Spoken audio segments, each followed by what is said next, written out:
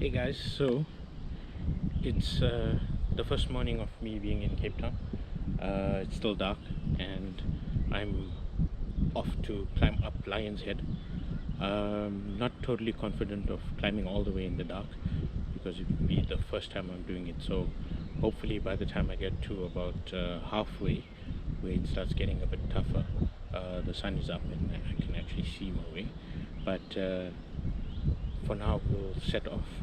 Got my water, got my cameras, and my GoPro, my lamp. It's really cold today, and the wind has gotten up. But we'll give it a shot and see how it goes. So I break the Lion's Head hike up into three sections almost. The first section is relatively flat, and that's why I could set off in the dark.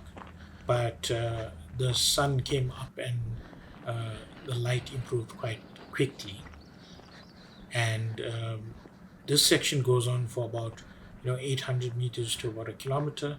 It's a gentle uphill, and then once you get through that section, you get to the second section, which is the set of steps.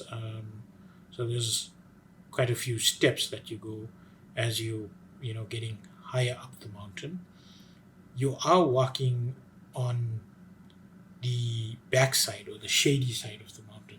So one of the things I would suggest is that like with any hike, you need to wear your layers, and you need to have something like a windbreaker or a jacket to keep you warm when you are in the shadow of the mountain.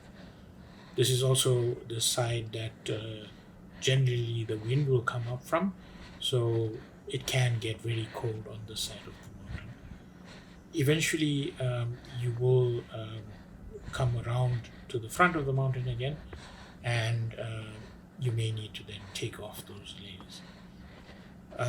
From the back of the mountain, you can look down on the rest of Signal Hill and the Sea Point suburb, I think it is.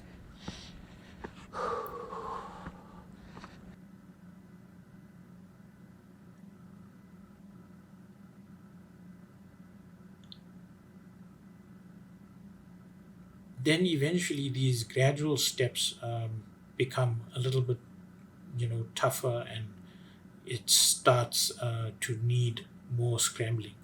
I think the sign you need to look out for is the use of chains and ladders and staples at your own risk is your sign that it's going to become a little bit more hectic in terms of the scrambling, and eventually you'll come to your first small ladder, and it's about 4 or 5 steps. But if you do have a phobia for heights, that could be quite intimidating.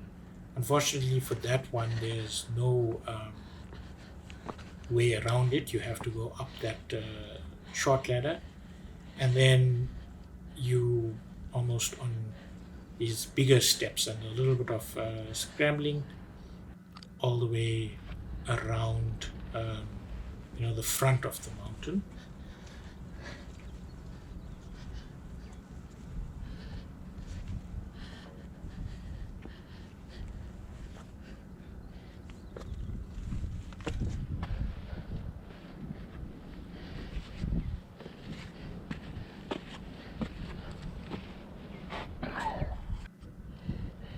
I took a lot of breaks all along the way. As the title says, I'm an UNFIT tourist, so I took it very slowly, and whenever I got the chance to, I would break to catch my breath, or drink some water along the way. But also that gives you the opportunity to take in with you. You are hiking one of the most spectacular short hikes, I think, that you can in the country. So don't forget to look up every once in a while and take in the magnificent Table Mountain view. Eventually you'll come to a section where there's a split in the path where you can go up the staples or around on what is the recommended route. The staples for me was too scary, so I continued around on the alternate route. It does not add too much of distance, but there is a little bit more scrambling, up rocks,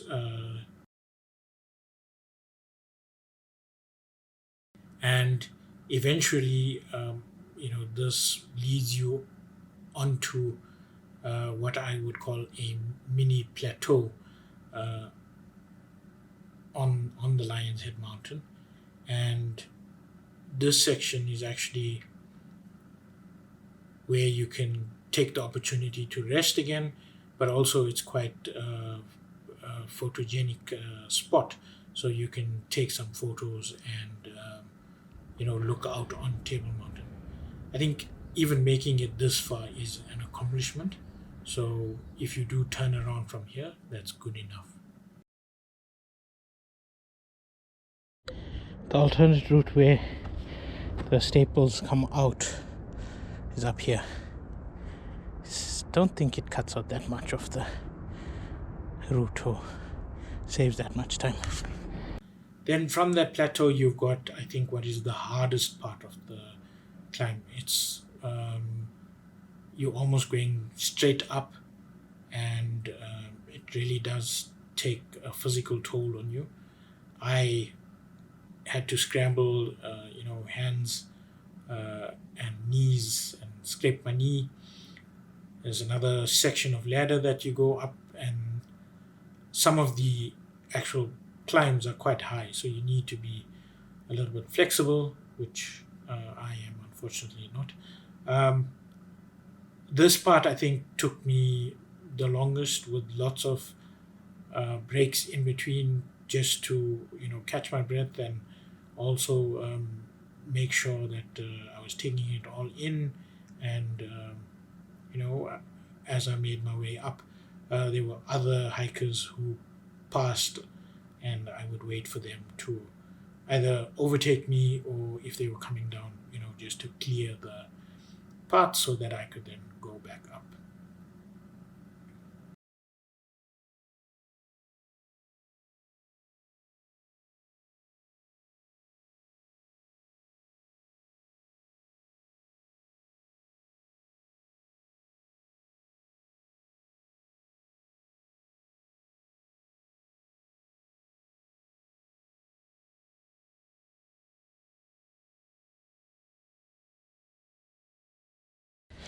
Eventually, after what feels like forever, you will get up to the top of Lion's Head.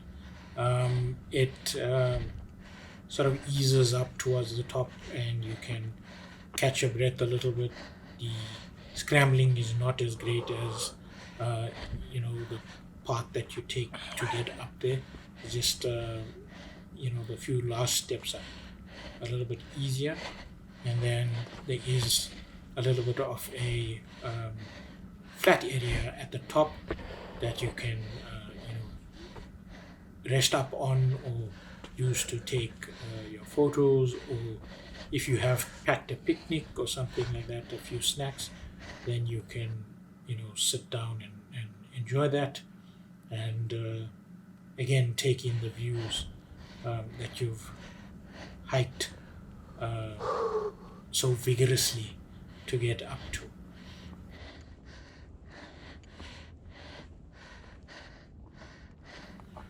It took me just over an hour and 15 minutes to get to the top of the mountain. I left just after about 6:30 and got to the top at about 20 past 8. And then I spent a few minutes at the top, taking it all in, resting up, and taking some photos.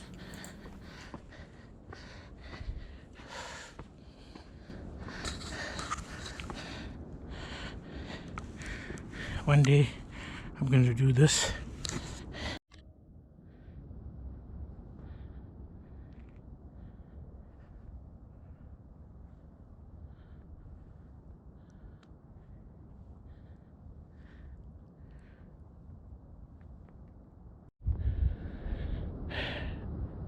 Look, Ma, I made it.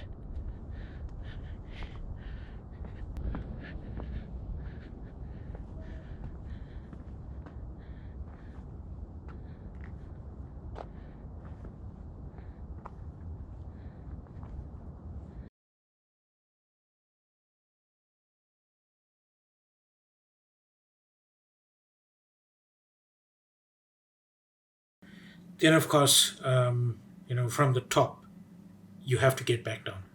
And the only way is to go back the way you came from. So it's the same route that you're following all the way back down. All the scrambling that you did on the way up, you'll have to do in reverse, which for me meant at some points getting down onto my ass and, lowering myself down by my hands. Um, Again, flexibility is not one of my strong points.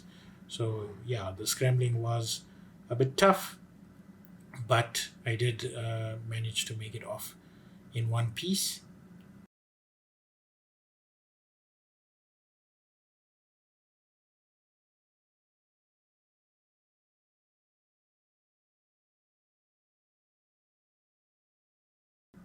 And then obviously there's that same plateau that you come up on, you can take to rest again on the way down.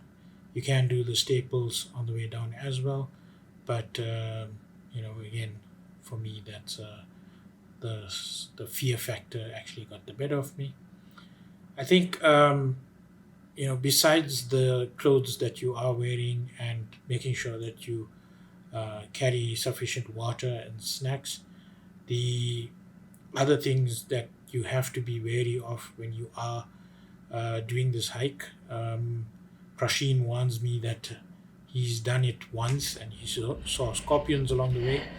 So, be careful of that.